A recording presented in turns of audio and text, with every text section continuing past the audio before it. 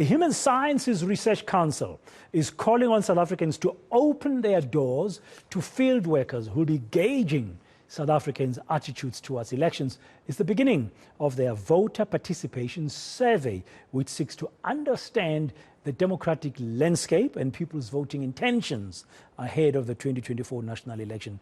Dr. Benjamin Roberts is the principal investigator of the study. He joins us now to shed more light on this. Doc, thank you very much for your time and your patience while we were listening to Dr. Joe Pasha there at the Helen Joseph Hospital in terms of the aftermath of that fire. Now, you as the HSRC, you're going to be doing this research. What is the main purpose? This is the 20th annual round of surveying that we've done on the South African Social Attitude Survey, or SASAS. And the series was designed really to begin to track over time the predispositions of South Africans, what matters to them, what are issues, how are underlying values changing over time, and particularly in the context of next year, as we head closer towards election 24, what are the views around key issues such as views on electoral participation, electoral preferences, etc. So it's really attempting to gauge in the over the long term, changing values, the changing social fabric of our society. When was the last survey done? As I say, it's an annual survey, so we did it this time last year. And what did you find? This is the 20th what did annual you round see that the last HSRC year? has done. What did you see last year? What did you find last year?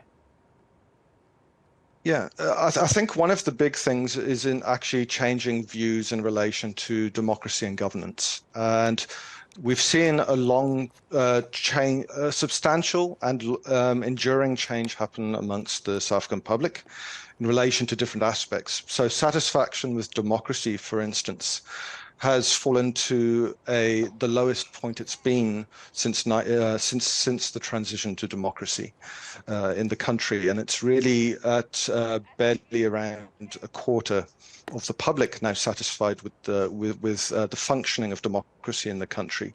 We've also seen further declines in public confidence in key political and social institutions, most notably in national government, as well as in Parliament and the courts. So that's something that's had a long history, that trend, but it seems to have appreciably worsened in the last year. So I think in terms of the building sort of political mood ahead of election 24, it's become a lot more critical, a lot more sober in character.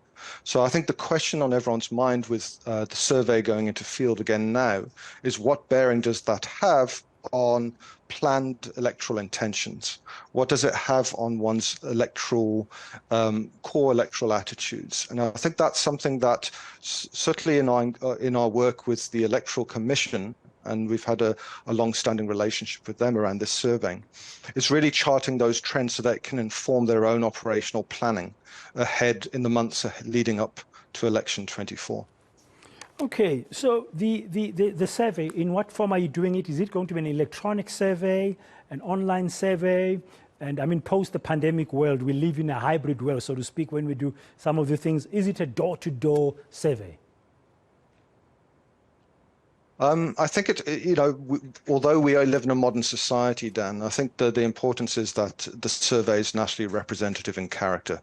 So the way we draw a sample and the way we deploy it is still by means of face-to-face interviews with South Africans across the country. So it's all provinces across the country over the next 6 to 8 weeks.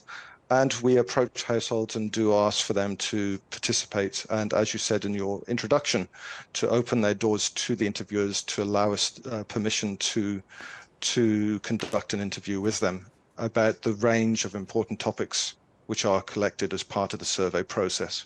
Okay, for how long are you going to be in the field? So we've just in the beginning stages now, and it will run until early October, so just over a month to 6 weeks. And just to say that it is across the country. The important thing to emphasize as well is the permissions. So our teams, firstly, will be appropriately branded with HSRC identity cards, with uniforms, and other key forms of identification. The other thing is on permission. So the study has received official permission from the Human Sciences Research Council's Research Ethics Committee. And when they go to local areas, we do ask our teams to report to the local police stations. We ask them to approach local authorities or traditional authorities to get the requisite permissions before knocking on people's doors. I think I understand it's a high, a lot of citizens have concerns about safety and security. So we take particular efforts and safeguards to make sure that our teams are appropriately visible and identifiable. Thank you very much, Dr. Benjamin Roberts. We look forward to hearing about your findings later on. He's, of course, from the Human Sciences Research Council.